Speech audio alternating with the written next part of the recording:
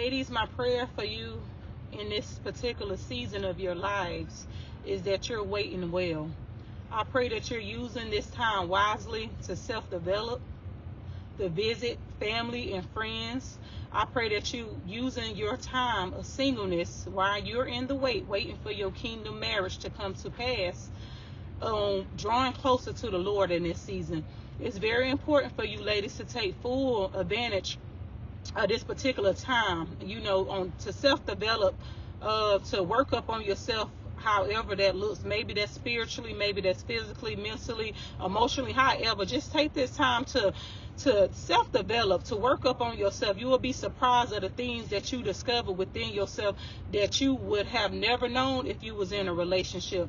Take this time to build up on a relationship with God. Maybe you are a lukewarm Christian. Maybe you've been walking with the Lord for 10, 15 years now, but we know every day with the Lord gets sweeter and sweeter, okay? And I want you to be able to take advantage of this opportunity, because you don't become a wife after the altar. You don't become the wife after the I do. You don't become a wife after the wedding. You prepare and you become a wife before all those things are done. So I want to make sure that you're maximizing your singleness and that you're drawing closer to God this particular season, because one thing about it, if God gave you a promise, it's gonna come forth. So I don't want you to waste this time looking around, looking over your shoulder, afraid that you may pass him by. Honestly, you should be already working in your purpose. You should already be doing something that the Lord has called you to do. That don't mean that you have to be fully into it. You could be just touching on it, but you should be doing something similar to working in your purpose, okay? So when the Lord brings forth that promise of that kingdom spouse, you should already be prepared, okay? And take this time to build the relationship with God. Take this season to rest up in his presence, rest with his word, knowing about the goodness of his nature and character, knowing that his promises is yes and amen. It's so good when I look back over my life and I get so excited, and it's so exciting, right, when God give us a promise and when it finally springs forth, we can barely contain ourselves. But we also have to know it's a season for everything, okay? And this particular season, he's wanting you to draw closer to him. He's wanting you to rest up in him. He's wanting you to self-develop, however that looks, whether that's more healing, whether that's more maturity in some areas, whether that's more spiritually, okay? He's definitely waiting for you. He wants you to maximize and get the fullness out of this single season, because what you need to realize is it's going to be some things that you're able to do in this season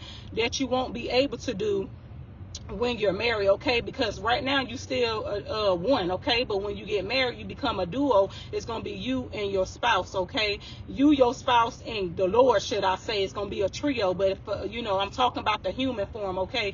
So maximize your single season. You don't have to wait around for nothing, because if it's from God, you will not miss it, okay? God's going to continue to minister to you, but self-develop and always be prepared. Always be prepared. Don't wait to take the trip after the marriage. If you've been wanting to take a trip, go visit family, go do that, go have some fun, because things do change when marriage comes into the picture, and marriage is beautiful. It's a covenant that honors God. It brings God's glory. So there's nothing wrong with the sacredcy of marriage. But again, stay in the now, and let's worry about tomorrow when tomorrow get here, such as the marriage season. But now go ahead and do the preparation that the Lord has caused you to do. Go ahead and continue to self-develop, however that may look for you, okay? I'm wishing you guys well, and I pray that you all are waiting well in this season of singleness.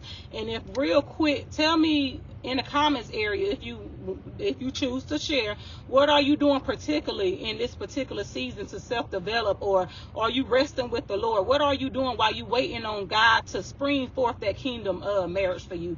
Again, ladies, y'all stay blessed. Continue to wait well. Continue to remember that the gift of singleness is it's definitely a gift from God. And whenever God bring that promise forth, you will not miss it. So y'all take care. God bless. Until next time, keep the faith.